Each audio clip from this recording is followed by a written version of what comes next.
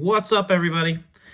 Welcome to episode 1 of Clear Outside. We're going to be a new podcast. Been talking about doing this for a while, but podcast related to sports cards, racing, NASCAR cards in particular.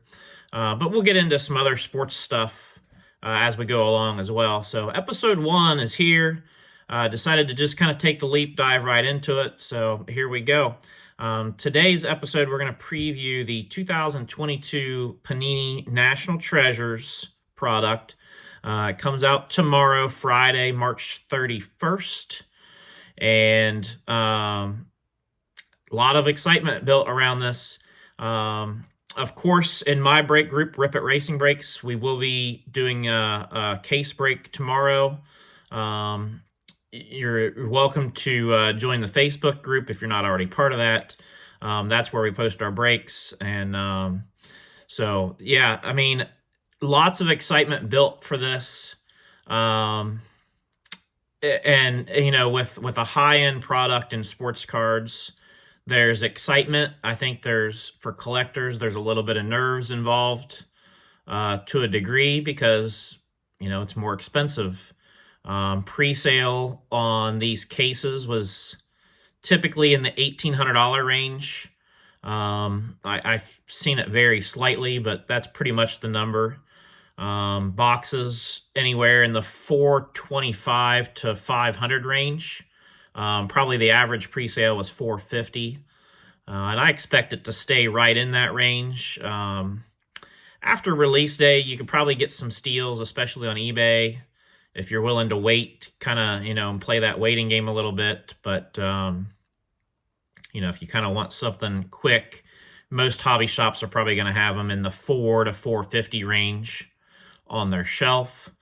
But, you know, we'll see how it goes. There's tons and tons of people out there ready to break case after case after case. So we'll see how how quickly everybody can burn through the product, and we'll see how that affects the price, I suppose. But nonetheless, you know, it's an exciting product. There's lots of cool stuff that's new and different for this year's National Treasures. Probably one of the things that everybody's buzzing about is the dual autographs, and there's a few different things. I'll start off with kind of the funny dual autograph, in my opinion, which is also very unique. And I don't mean it to be funny like picking on the drivers, just funny. You know, life happens. We do funny things in life. But one of the dual autographs is a Natalie Decker and Brittany Zamora duel. And if you follow Natalie Decker on social media, you'll know that Panini sent the cards to her. She mistakenly signed the back of the cards. Now, granted, with National Treasures, you know, they're kind of white, plain, simplistic. I'm guessing she just probably read the directions wrong or just wasn't paying attention, because I feel like it's still pretty obvious where you're supposed to sign, or at least which side. But anyway, you know, like I said, we all make mistakes. So anyway, Natalie signed the back of a bunch of her cards by mistake, her duels, and Panini got them back, looked at them, said, nope, you got to sign the front. So they sent them back to her. She signed the front, and then she actually challenged Brittany Zamora to do the same thing and sign some of the backs as well, just to make them unique. You know, it'll be a talking point. It'll be a unique card for sure, because there's going to be cards that have both drivers, front and back. Definitely something different. So I know that's something that some collectors are chasing. And then, you know, the other unique female-related dual autograph is Hailie Deegan and Toni Brittinger. Be the first time those two have signed on the same card together, and probably the two most sought-after female drivers in motorsports, hands down.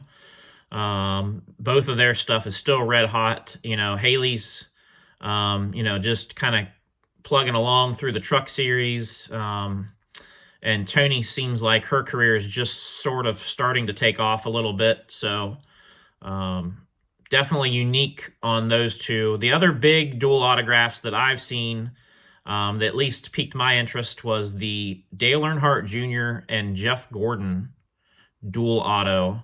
I think that's a really, really interesting one. I don't think those two have ever signed together. If they have, it would date back to like Press Pass pre 2014. I don't think they've ever signed together, just the two of them. There might be cards with other Hendrick drivers and those two. I could be mistaken, but like I said, it's been a while. If they have done it, it's been a while. And I don't think they've done it just the two of them. But anyway, that's going to be a really, really sought after card as well. And of course, in typical, Panini fashion, they've left out a couple of NASCAR Cup Series drivers. The glaring, most obvious one is Chase Briscoe is missing. Not sure why that is. I mean, he's a well-known driver on a well-known team, has a win last year. I mean, I don't understand why he's not in the product, but he's not. The other Cup Series driver that's missing is AJ Allmendinger. This is his first year back to Cup in several years, but AJ's been a staple in the Xfinity Series for years and has, won races in both Xfinity and Cup just last year. So, why he isn't included and continues. AJ hasn't been included in a product in about 4 years. So I don't know if it's just them not wanting to participate on a driver perspective or,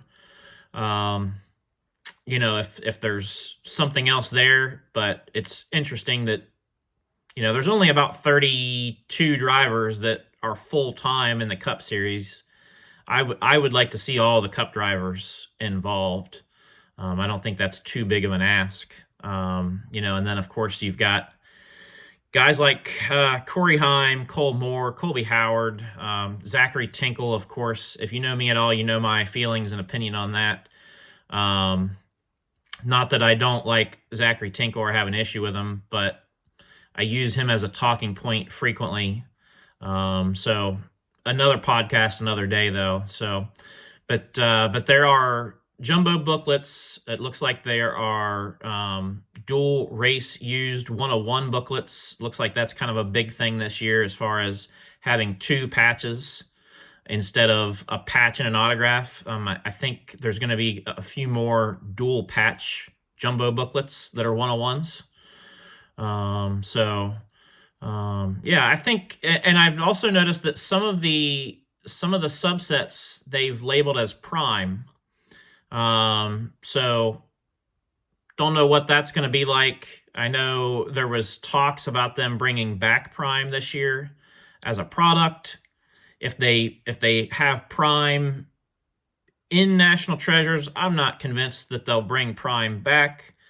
But who knows? They always say that they put, a National Treasures product in Chronicles, so they're not going to do National Treasures if they do that, but year after year they make National Treasures. So again, who knows until we get that first case and get it cracked open and see what we've got.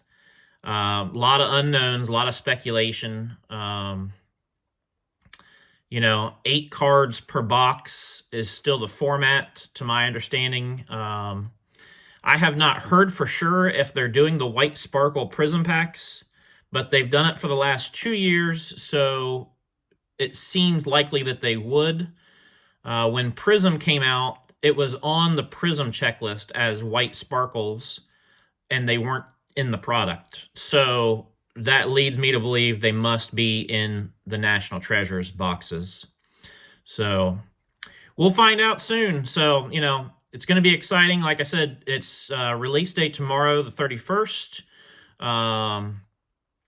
Make sure to check out Rip It Racing Breaks. Like I said, our Facebook group will be posting a break tonight, actually, Thursday night at 8:30 p.m. Eastern with the driver list. The way I have broken down my driver list, there's no driver that's more than $100. I've seen some other lists from other places where they've gone above that number, and I feel like going beyond that point is a slippery slope. That's a lot of money to ask somebody to spend on a brake spot. So that's the max of any of the drivers in my brake is $100. And most people can probably figure out which drivers that is. But yeah, I mean, we've got drivers listed from anywhere from $6 to $100 and everywhere in between.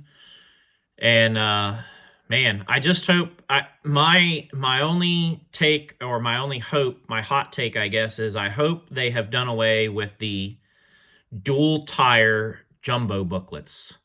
I think that's the biggest slap in the face to collectors, to put a dual tire jumbo booklet that, you know, a resale even of Kyle Busch, Chase Elliott, some of the best drivers, resale on those $20, $30 maybe.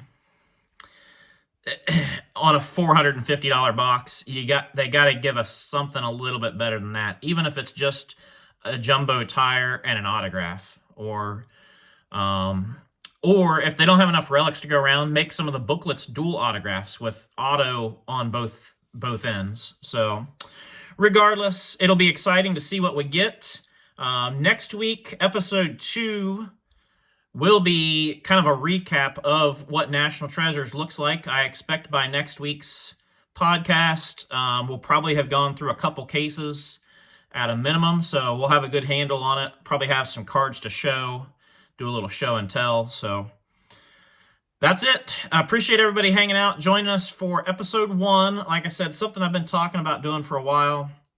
As we go on, we're going to talk about all kinds of topics, from, you know, how to properly sleeve and top load a card, how to ship a card correctly, safely, some of the things that I do to take care of my own personal collection and how I store them. We'll talk about all kinds of things in the hobby. So not just NASCAR and racing related, but about 90%. Typical with what you see in our group. So we're all sports nuts in a way, but NASCAR is where we're at, and racing, for me in particular, being a dirt race fan, it's just racing in general. So that's all we got for this time. Hopefully see you guys on the next episode, and we'll see you all next time.